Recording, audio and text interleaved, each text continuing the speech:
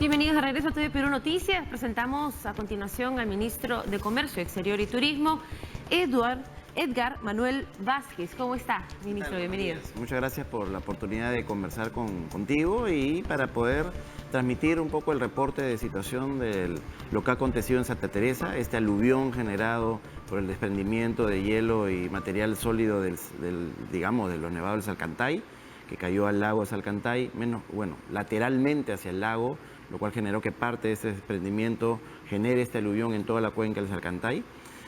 Yo puedo en este sentido ya transmitir que el lago Salcantay se encuentra estabilizado, se encuentra tranquilo. Quiero agradecer a los técnicos del IGEMET, del CENEPRED y de la INAEGEN que llegaron hasta el propio Nevado y han hecho ya las evaluaciones y nos han dado esta información. Obviamente en los siguientes días se va a mandar un equipo multidisciplinario para hacer las evaluaciones complementarias, pero podemos enviar un mensaje de tranquilidad a la población, porque cuando he estado yo presente no había ni un solo día en que hubieran rumores de un nuevo huaico, que hubieran rumores de un nuevo aluvión, y obviamente eso para gente que ha pasado por este desastre es una situación de constante desesperación, de constante inquietud, y yo quisiera aquí en ese sentido mandar un mensaje de tranquilidad y evitar pues que estos rumores falsos e infundados pues sigan generando falsas expectativas y deterioro emocional de la gente. Se han sumado dos factores, ¿no? El primero es que en la zona ya habíamos registrado, no necesariamente en Santa Teresa, pero en la zona en Cusco, algunos derrumbes por lluvias en los últimos días, la temporada de lluvias, se ha extendido la alerta roja a la zona por lluvias, pero esto no necesariamente está relacionado a las lluvias, o sí hay una relación indirecta. A ver, en este caso particular del aluvión en Santa Teresa tiene que ver más por factores relacionados al cambio climático y al proceso de desglaciación que está generándose no solo en el Perú, sino a nivel mundial, la pérdida de los hielos en las altas montañas. Esto ha sido un desprendimiento de hielo con material sólido. En otros espacios del Cusco sí tenemos, como bien has mencionado, eventos relacionados a lluvias, como lo que ocurrió en Pisac, como las lluvias que se han intensificado en Paucartambo o en la zona de Maranura, también en la Convención, pero que no son, digamos, en estos últimos dos casos todavía son, digamos, efectos que estamos monitoreando, que estamos viendo qué es lo que puede ocurrir para evitar, digamos, mayores inconvenientes y por supuesto, afectar a la población. En este caso en particular, como te digo, ha sido un aluvión con un desprendimiento de hielo y tierra. Al día de hoy, lamentablemente, tengo que compartir contigo información que ya tenemos confirmado un desaparecido más, es decir, ya tenemos 14 desaparecidos, de los cuales se han encontrado cuerpo de 4 de ellos, es decir, ya tenemos confirmación de 4 personas lamentablemente fallecidas, obviamente solidarizarnos con las familias de estas personas, y bueno, estamos desplegando la ayuda al máximo. El día de ayer fue el cuarto día después del evento y fue el mejor día en términos de condiciones climáticas.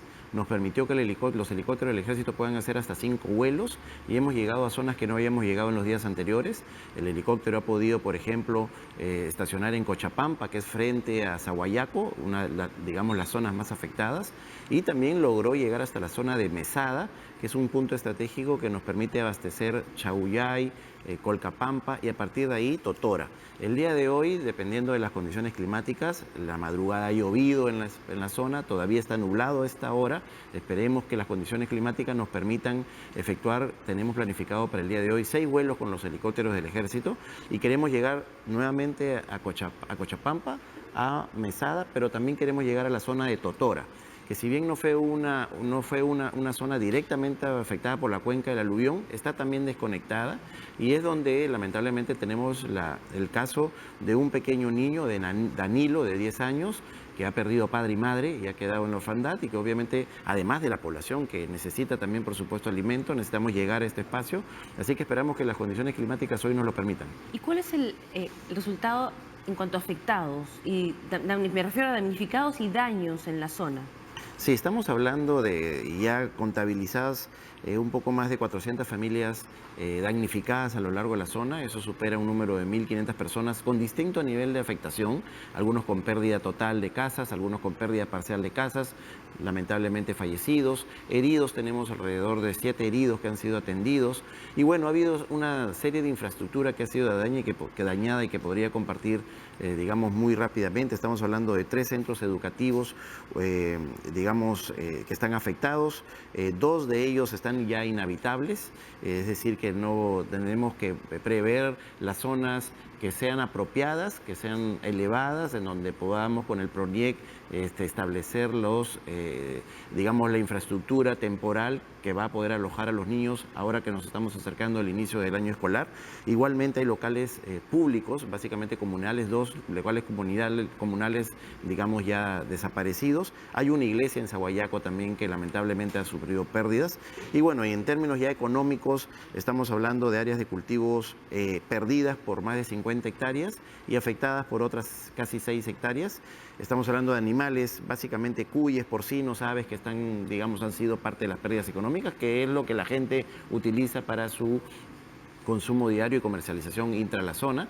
Y tenemos un sitio turístico afectado que es el de Colcalmayo, para el cual estoy destinando que personal especializado de Plan Copesco Nacional, que está a nuestro cargo, que es nuestro plan relacionado a la infraestructura turística, vaya a la zona para que haya un apoyo técnico y evaluar cuál es la mejor forma de proteger y evitar que haya una mayor afectación. Cuando ocurre este tipo de accidentes, usualmente vemos que muchas de las viviendas afectadas se encontraban en zonas declaradas intangibles, donde no se podía construir. En este caso, ¿eso ha sucedido o por lo fortuito de la situación las casas estaban perfectamente habilitadas para construir donde lo hicieron? El primer día de operaciones tuve la oportunidad de sobrevolar casi toda la cuenca. Solamente nos faltó llegar hasta la zona de Guaira, que es la más cercana al Salcantay, que por nubosidad no se pudo, digamos, observar en ese momento. Y puedo decir que en términos generales, en esta zona la población vive en espacios elevados. Entonces, por supuesto, eso ha generado que el impacto en este sentido sea, si bien importante para las familias, dada la magnitud del evento, no ha sido mayúsculo. Estamos hablando de un número de casas relativamente bajo frente a la posibilidad que hubo. Yo siempre doy el ejemplo, esto es cuando, por ejemplo, uno va a la playa y hace una zanja, una pala y luego pasa el agua y tapa completamente de arena. La parte visual de este aspecto es similar. Hay obviamente el valle y se ve como el barro que vino con el aluvión ha tapado completamente y luego el río está haciendo nuevamente su cauce. Entonces, gracias a que, digamos, por costumbres y por conocimientos seguros muchas de estas poblaciones están en partes elevadas, el desastre no ha sido mayor, pero sí han habido espacios como Playa Sahuayaco y como Cochapampa, en donde probablemente han sido las zonas más bajas, en donde ha habido el mayor número de afectación de viviendas y de donde se está encontrando además la mayor cantidad de afectados. Claro, ¿no? estamos en un país propenso igual a este tipo de desastres naturales. ¿Y qué sucede con el turismo en la zona? Porque hay varios sectores en Cusco que han sido afectados, que son espacios recurrentes para los turistas. ¿Hay un plan para poder ayudar a los negocios a recuperarse, para poder atender al turista que se encuentra ya en la zona? ¿Qué se está haciendo en ese sentido? Bueno, en el caso de los turistas, lo primero que se tiene que hacer es la evacuación. Una vez dado un desastre, hay que tratar de evacuarlos, al igual que a todos los afectados y a los heridos, porque finalmente son personas que no son de la zona y que tenemos que retirar para poder concentrar nuestro esfuerzo luego en los espacios. ¿Tenemos un número de Sí. cuántos turistas han sido evacuados? Sí, hemos evacuado un total alrededor de 12 turistas que estuvieron, digamos, en un espacio desconectado. Mucho de lo que pasa es que esta zona es una zona de no muy numeroso tránsito de turistas, sobre todo aquellos que quieren hacer una ruta alternativa hacia el Salcantay. La ruta normal hacia el Salcantay es por Mollepata, es decir, por el otro lado. Pero hay algunos que son más aventureros y que vienen por este trayecto y que se van a Salcantay. Y este trayecto también sirve para poder acceder por lo que llamamos el ingreso amazónico hacia Machu Picchu, ¿no? Santa Teresa, hidroeléctrica, y luego se llega hasta digamos, Aguacaliente para subir a Machu Picchu. Sí está interrumpido, no puede... Sí, hacia Salcantay obviamente está todo interrumpido. Hacia Santa Teresa están usando algunos turistas una oroya, y aquí yo aprovecho la posibilidad de estar contigo para poder enviar un mensaje a todos los operadores turísticos a que no pongan en riesgo a los turistas en estos momentos hasta que podamos, digamos, abrir nuevamente el paso de transporte seguro hacia la zona hidroeléctrica. Es evitar en estos momentos ese espacio. Pero como te decía, en Cocalmayo hay unos baños termales, que es el principal atractivo turístico de Santa Teresa, que está afectado, y vamos a enviar a los especialistas con motivo de Plan Copesco para evaluarlo, ¿no? Claro. Ya pasando a otros temas, y hablando de turismo y de algunos operadores informales. Hemos visto muchos casos en el pasado de operadores informales que ponen en riesgo la vida de los turistas que acceden a sus servicios de una manera irresponsable, hay que decirlo. Tampoco de alguna manera se les solicita alguna credencial. Hay un plan en el Ministerio para poder formalizarlos o fiscalizarlos de una manera más eficiente, para trabajar en conjunto con los gobiernos locales. ¿Cómo va el desarrollo de ese plan? ¿Se le está designando presupuesto? ¿Cuáles son las acciones que tienen previstas? Sí, antes de poder dar respuesta, permíteme muy brevemente destacar en este caso de Santa Teresa el trabajo denodado que está haciendo el alcalde del distrito y todo su personal.